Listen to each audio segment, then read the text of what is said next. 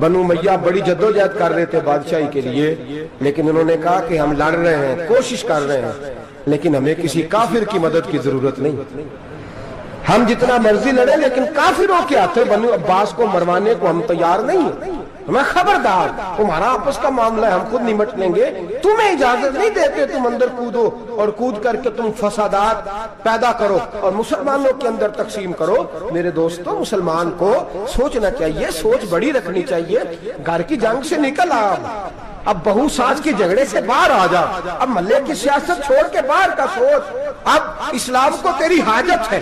اب پوری دنیا جب مسلمان کو دیکھے نا، فیس بک یوز ہوتی ہے، اس پہ نوجوان جب اسلام کی بات کرنے لگے گا، اس پر جب بڑا اسلام کی بات کرنے لگے گا، پوری دنیا میں پیغام جائے گا کہ مسلمان اب جاگنے لگا ہے، مسلم خوابیدہ بیدار ہونے لگا ہے، اب اس کی آنکھیں کھلنے لگی ہیں، اب یہ اپنے مذہب کی بات کرتا ہے، اب یہ اپنے ملک سے، صوبے سے، برادری سے نکل کر بولتا ہے، اب یہ کہتا ہے کہ بازو تیرا توحید کی قوت سے قوی ہے، اسلام تیرا دیس ہے، تو مصطفی ہے، اب یہ بڑی سوچ رکھتا ہے، اب یہ عالمی بات کرتا ہے۔ میرے دوستو، ہمارا تو حال یہ ہے، امام اعظم ابو حنیفہ کا فتویٰ ہے، آپ فرماتے ہیں جو مولوی عالمی حالات سے باخبر نہ ہو وہ جمعے کی تقریر نہ کرے، وہ مسلمانوں کی رہنمائی نہیں کر سکتا، عالمی حالات سے جو خبردار نہ ہو۔ تو جس کو چھٹی ہو جائے، تو نے ختم نہیں پڑھا، دوڑ جا مسجد سے، تو ختم نہیں پڑھتا، ہمارے تجھے پتہ ہی نہیں تو کہاں رہتا ہے، بھاگ جا، وہ عالمی حالات پہ بات کرے گا، کیونکہ بیچارے کو تو پتہ ہے میری سویرے چھٹی ہو جانی، سیاست کا لفظ چھیڑا نہیں تو میں گیا نہیں۔ یاد رکھے، وہ جو بیداری ہے، وہ جو اعلیٰ ظرفی ہے، وہ جو بڑی سوچ ہے، وہ جو ملت کی سوچ ہے، وہ جو قومیت کی سوچ ہے، وہ جو آگے بڑھنے کا زاویہ ہے، وہ تو اندر، اقبال کہتے ہیں گلا تو گھونٹ دیا اہل مدرسہ نے تیرا، گلا تو گھونٹ دیا اہل مدرسہ نے تیرا، تجھے تو مدرسے والوں نے پلیٹ پکڑا دیا ہے کہ جا سویرے لنگر کٹھا کر کے لا اور دوپہر کو روٹیاں مانگ کے لا اور دیکھ آج مرا کون ہے، ختم کس کا پڑھنا ہے، تو گلا تو گھونٹ دیا اہل مدرسہ نے تیرا، اب کہاں سے آئے گی صدا لا الہ الا اللہ، تو گھونٹ دیا تیرا گلا، تو کیسے بڑی بات کرے گا؟ بڑی بات کے لیے بڑی سوچ چاہیے، بڑی تگودو چاہیے، بڑی کوشش چاہیے، بڑا حوصلہ چاہیے۔ مسلمان چھوٹی چھوٹی لڑائی میں، چھوٹی چھوٹی جنگ میں، ایک دکاندار دوسرے دکاندار سے لڑ رہا ہے، گلی والا دوسری گلی والی سے لڑ رہا ہے، محلے والا محلوں پہ اعتراض، ایک شہر میں رہنے والے میں نے دوسرے محلے پہ اعتراض کرتے دیکھے۔ یقین کریں، ایک شہر میں رہنے والے، علاقے میں بسنے والے کہتے ہیں بھائی توبہ ہے اس محلے تو اللہ ہی بچائے، لا حول ولا قوت۔ وہ جو تقسیم در تقسیم کی سوچ ہے، اس نے چھوٹے چھوٹے ٹکڑوں میں مسلمانوں کو بانٹ دیا ہے، چھوٹی چھوٹی تقسیم ہے، چھوٹا چھوٹا ہمارا مزاج ہے، چھوٹی سوچ ہے، بڑی سوچ کی بات سنیے۔ صلاح الدین ایوبی، جاگ رہے ہیں نا آپ لوگ؟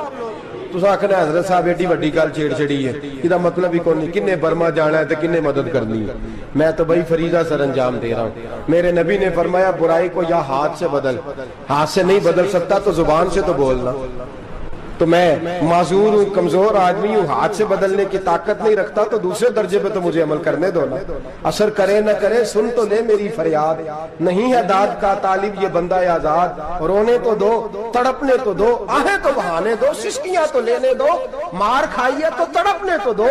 وہ قرآن پاک، برما میں پابندی لگی ہے تو میں یہاں سوچنے لگا ہوں کہ وہاں تو پابندی لگی ہے، یہاں پہلے لوگ کوئی نہیں پڑھتی۔